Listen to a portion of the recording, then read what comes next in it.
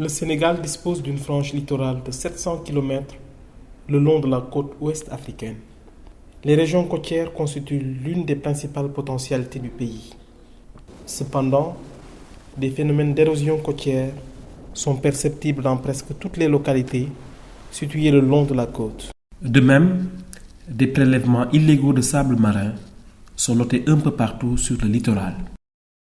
Parallèlement à l'érosion côtière et en rapport avec le développement du tourisme, l'occupation anarchique de la côte s'est accélérée au cours de ces dernières années. Les côtes sénégalaises sont riches en ressources halieutiques et le chiffre d'affaires global du secteur de la pêche contribuait pour 2,5% au PIB national entre 1996 et 2000.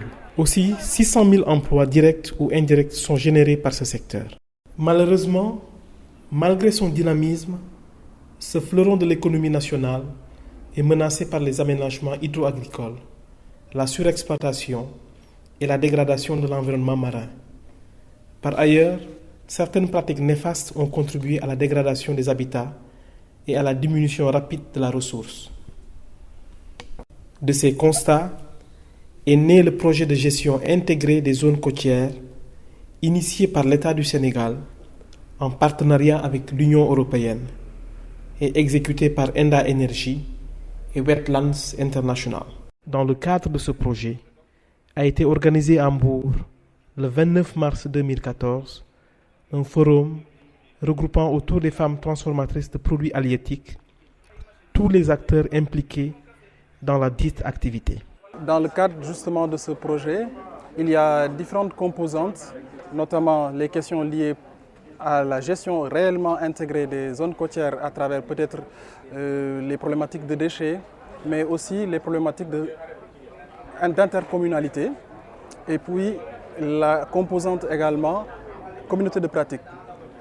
Dans cette troisième composante, il y a eu une réflexion. Ici, si on simplifie la réflexion, c'est simplement de dire est-ce qu'on peut aller vers des pratiques socialement, environnementalement plus responsables, mais sans également réduire la capacité des acteurs en termes de potentialité, d'opportunité, de travailler sur le développement, le renforcement de leur capacité économique. Donc il y a l'aspect économique, mais il faut aussi une autre approche au niveau social, un autre regard au niveau environnemental pour pouvoir permettre aux populations de mieux interagir, de mieux habiter en termes d'aménagement sur le littoral, de mieux vivre sur le littoral, mais surtout d'éviter ou d'atténuer en tout cas les risques environnementaux par justement ce changement de pratique.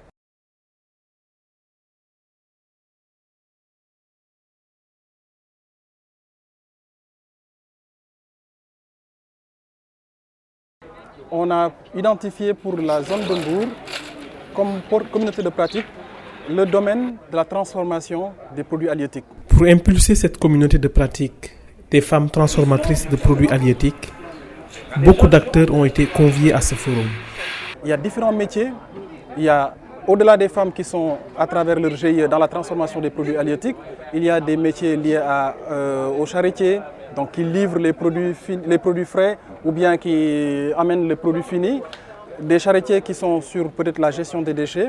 Il y a également les constructeurs de fours, les constructeurs de clés de séchage. Il y a également la main-d'œuvre, ce qui en wolof on appelle les boules de cat, ou bien toutes les autres composantes, toutes les autres catégories d'acteurs, en commençant également par les pêcheurs, les marailleurs, etc., qui, en termes de parties prenantes, interagissent avec le sous-secteur de la transformation des produits halieutiques.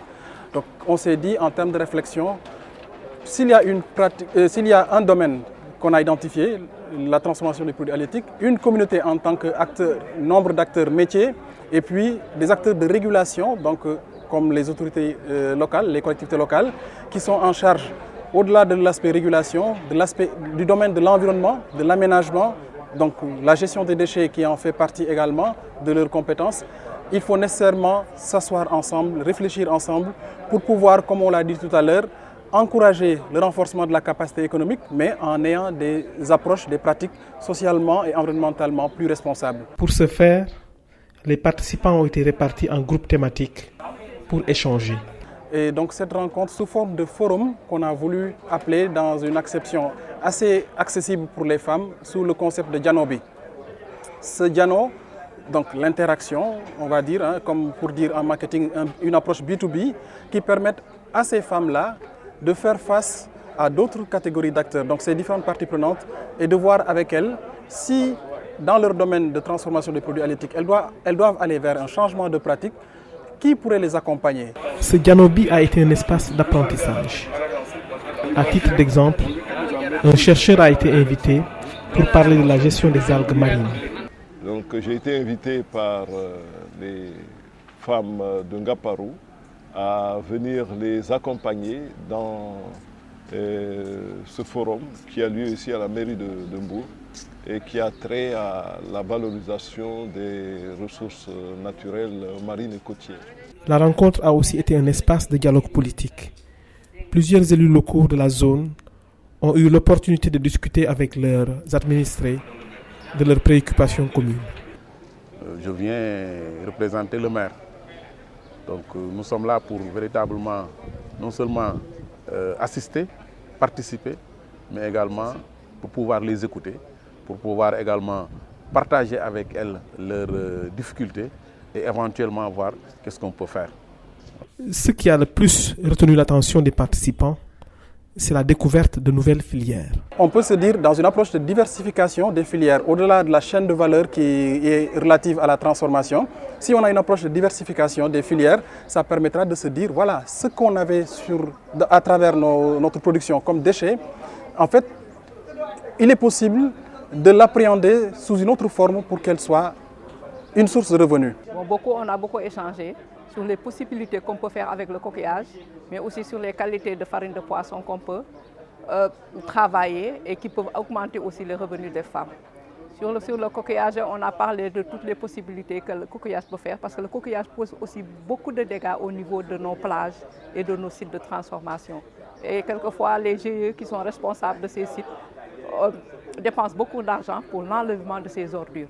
Alors on avait pensé qu'avec ces coquillages, on pourrait faire des pavés qu'on pouvait allouer aux mairies ou avec l'appui des mairies qu'ils peuvent prendre pour faire au moins le pavage des villes que nous habitons et aussi des sites de transformation où nous travaillons. Et c'est ça, ce sont des possibilités qu'on peut faire avec le coquillage de yéet comme on dit ici, mais avec toutes les sortes de coquillages qu'on a sur la plage et qui nous dérangent énormément au niveau de la transformation. On a besoin de regarder, est-ce que ces femmes-là, quand au fond, si elles doivent foncer dans ces filières-là, ces femmes ne devraient pas mieux s'organiser et fonctionner comme dans un marché en tant qu'entreprise. Il faut les accompagner pour pouvoir pénétrer le marché, développer le marché. Il faut avoir des papiers, il faut avoir un statut juridique pour pouvoir commercialiser, importer, exporter, interagir avec des autres acteurs économiques. Donc notre rôle à nous, c'est de regarder est-ce qu'il y a ce type de barrière au niveau réglementaire, au niveau organisationnel, au niveau financier, d'où la présence des institutions de microfinance qui vont regarder avec nous est-ce qu'il est possible d'accompagner, si les femmes ont besoin d'équipements ou d'outils, est-ce qu'il est possible d'accompagner avec des crédits adaptés ou bien si les femmes ont simplement besoin de fonds de roulement, est-ce qu'il est possible de mettre ces ressources-là à leur disposition? À peine impulsée, la communauté de pratique des femmes transformatrices des produits halieutiques de Mbour suscite beaucoup d'espoir. On a eu entre nous, les actrices, d'autres partenaires qui nous ont un peu éclairci sur certaines choses. L'importance que la communauté de pratique peut avoir au niveau des actions qu'on peut faire. Ça, c'est vraiment une nouvelle conception, comme je vous l'avais dit. Bon, ça peut nous apporter aussi beaucoup de choses. On a une autre vision. Ça, c'est déjà un acquis. Le fait d'avoir une autre vision, c'est un acquis. Ça, franchement, je pense que ça va aller de l'avant.